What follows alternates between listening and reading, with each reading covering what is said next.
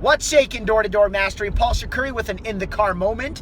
And I actually want to talk to you guys today about writing more accounts, being that it's summer, right? I get a lot of different complaints saying you're not happy with where you want to be. And, if only I knew what I should say at the doors to get my accounts. Of course, I'm a strong believer on you have to know what you're doing at the doors. But I know so many people who know what they're doing at the doors and they're still not as consistent as I was. They still aren't as consistent in business as I am. They're still not as consistent or as high producing as other people out there in the market. And if you're a part of my Door-to-Door Mastery program and in the Facebook private group where, for example, Chaz Parks, you see him posting all the time about his deals. He's, slamming installs, installing them himself, selling them himself. The guy's got what it takes. He's got what it takes. But my key point in this message is what it takes. What does it take? What does it take to write more accounts? What does it take to stay on top of your A game? Where are you at? Are you new? You see, door-to-door salespeople, they tend to believe or have a fixed belief that, number one, they're just going to try it out to start. This is for new salespeople. I'm just going to try it out. I'm going to figure it out. I'm just going to try it out and see if I can make some money and close some deals. That mentality will get you nowhere in door-to-door sales or get you nowhere in life in general, in business, because door-to-door sales is like a business. It really is. And it really won't get you anywhere. You have to, in the back of your mind, say, I, with 100% certainty, am going to master the art of door-to-door sales. And it isn't until that point are you actually going to be on your way to learning how to become a door-to-door salesperson.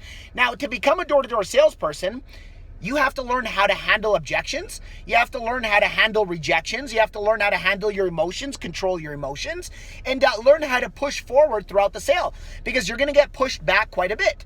And with door-to-door sales, it's different than retail sales. You see, with retail sales, people are coming to you because they are either looking, browsing, somewhat have a thought inside their mind that they may purchase. Well, with door-to-door sales, it's not like that, right? It's cold calling. You're knocking on a door and somebody doesn't necessarily want what you have in that given moment. And that's the key right there, is in that given moment.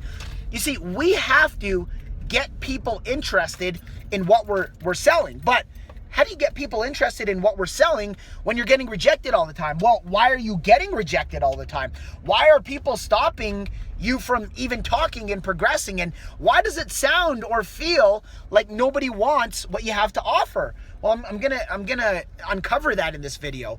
You see, people at the doors, when you're pitching, when you're knocking on doors and people are telling you, you know what, I'm just not interested, I just don't want it off the bat to start, it's not because they're not interested in what you have to offer. That's not the case. It's because of the nature of cold calling. Anything you do cold calling, whether it be telemarketing or door-to-door sales, you have to understand they don't want it to start. And they don't want it to start because it's the nature of the uncomfortable feeling that you're just at their door. And when they have that uncomfortable feeling that you're just this random stranger at the door looking to take money or something away from them, well, that's why they're telling you they're not interested. So what's the good thing out of that? Because out of every negative thing, you have to think the positives.